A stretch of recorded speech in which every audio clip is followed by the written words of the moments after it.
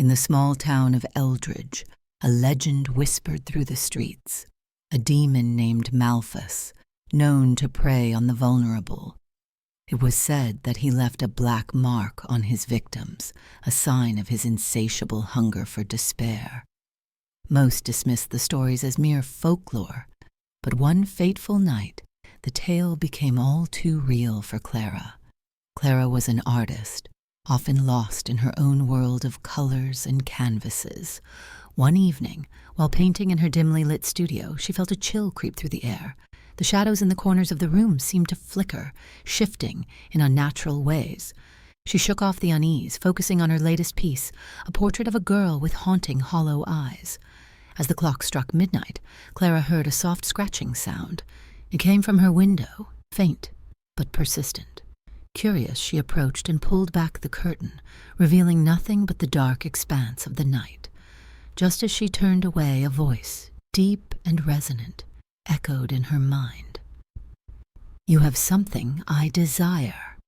Startled, Clara stumbled back. She felt a presence in the room, a weight that pressed against her chest.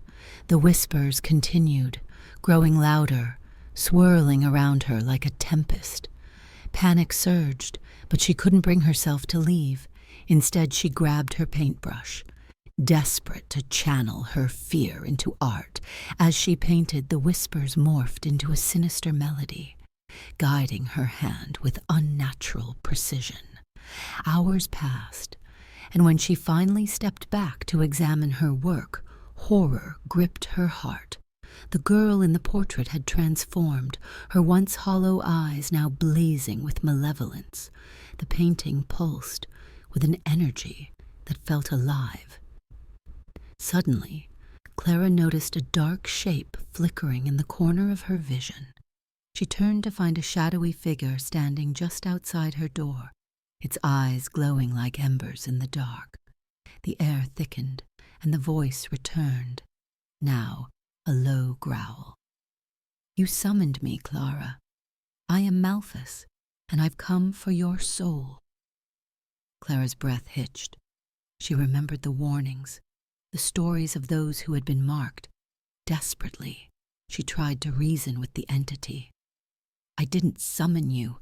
I was just—" "Lies," Malphas roared, his form shifting, the shadows swirling around him like a storm. Clara felt an icy grip around her heart, and she fell to her knees, gasping for breath. Suddenly, she remembered the tales of binding rituals, the one chance to reclaim her power. She grabbed a nearby brush, dipping it into her paints. With trembling hands, she began to draw a sigil on the floor, using the vibrant colors to create a barrier against the darkness. Malphas snarled, advancing toward her, the shadows stretching like claws. "You think you can trap me? I thrive on fear, and you have plenty to offer." As she completed the sigil, a wave of energy surged through the room, pushing back the encroaching darkness. Clara stood, heart pounding, clutching the brush like a weapon. "I won't let you take me." The demon halted, a flicker of uncertainty in his eyes. "You think you can defy me?" "Maybe not, but I can resist," she shouted, her voice rising above the cacophony of whispers. With a swift motion, she splashed paint across the sigil, igniting it with brilliant light. The room exploded in color, and for a moment, Clara felt powerful. The shadows writhed in agony as the light pushed against them, revealing the demon's true form, a twisted visage of anger and despair.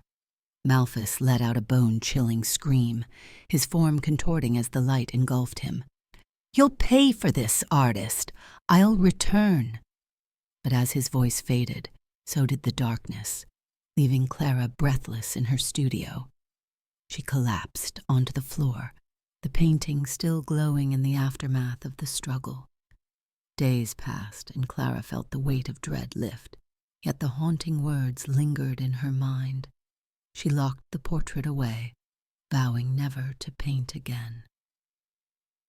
But one night, the scratching returned at her window, accompanied by a familiar whisper.